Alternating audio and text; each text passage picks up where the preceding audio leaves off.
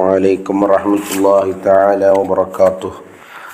الحمد لله رب العالمين. اللهم صل على سيدنا محمد وعلى آل سيدنا محمد.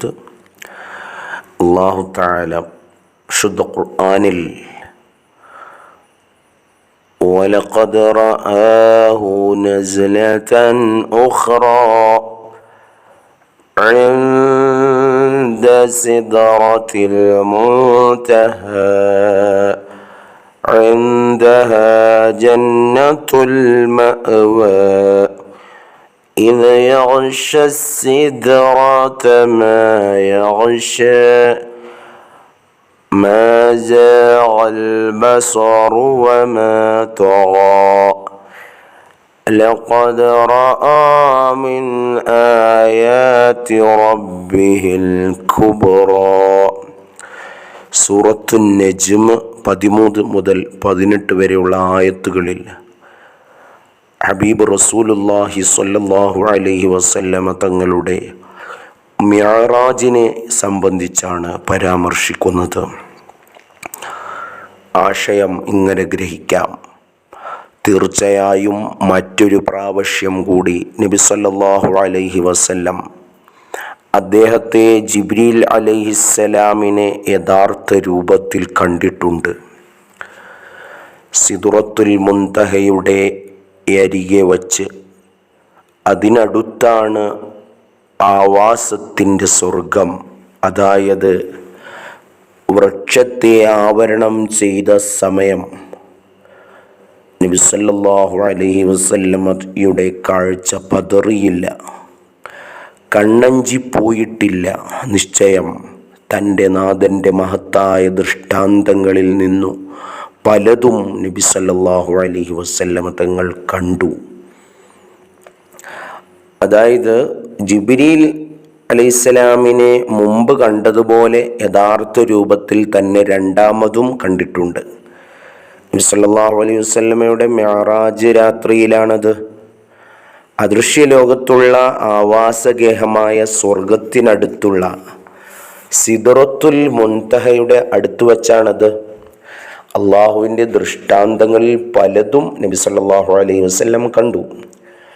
ചോദിച്ചു മനസ്സിലാക്കി താഴെ പറയുന്ന ഹദീസുകളിലൂടെ നമുക്കത് വ്യക്തമാകും. ഇസ്രാഉം മിഅ്റാജും സ്വപ്നമായിരുന്നില്ല, ജഡത്തോടു കൂടി തന്നെയായിരുന്നു. മുമ്പ് പലപ്പോഴും സ്വപ്നത്തിൽ നബി സല്ലല്ലാഹു അലൈഹി വസല്ലം തങ്ങൾക്ക് ഇസ്രാഉം മിഅ്റാജും സംഭവിച്ചിട്ടുണ്ട്. നബി സല്ലല്ലാഹു അലൈഹി വസല്ലമയുടെ സ്വപ്നങ്ങളും യാഥാർത്ഥ്യമാണല്ലോ. ഇസ്രാ മിഅ്റാജ് ശാരീരികമായിരുന്നുവെന്നതിനുള്ള ഒന്നാമത്തെ തെളിവ് ഖുർആനിൽ സുബ്ഹാനല്ലദീ അസ്റാ ബിഅബ്ദിഹി എന്ന പ്രയോഗത്തോടെയാണ് ആ സംഭവ വിവരണം തുടങ്ങുന്നത് എന്നതാണ്. കാരണം ആശ്ചര്യപ്രകടനത്തിനുപയോഗിക്കുന്നതാണ് ആ വചനം. സുബ്ഹാന. ഉറക്കത്തിലായിരുന്നെങ്കിൽ അതൊരത്ഭുത കാര്യമല്ലല്ലോ. പലരും അത് നിഷേധിക്കാൻ ധൃതി കാണിക്കുകയുമില്ല. അബ്ദു എന്ന പ്രയോഗമാവട്ടെ ആത്മാവും ജഡവും കൂടിയ വ്യക്തിയെയാണ് സൂചിപ്പിക്കുന്നത്. സുബ്ഹാനല്ലദീ അസ്റാ ബിഅബ്ദിഹി. അള്ളാഹു പറഞ്ഞ കാഴ്ച തെറ്റിയിട്ടില്ല.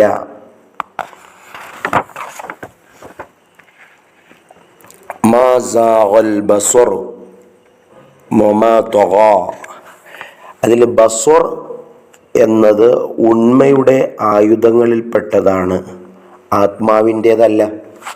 മാത്രമല്ല ബുറാക്കിന്മേൽ കയറിയായിരുന്നു ആ യാത്ര എന്നും കാണാം. ആത്മാവിൻ്റെ ചലനത്തിന് വാഹനത്തിൻ്റെ ആവശ്യമില്ലല്ലോ.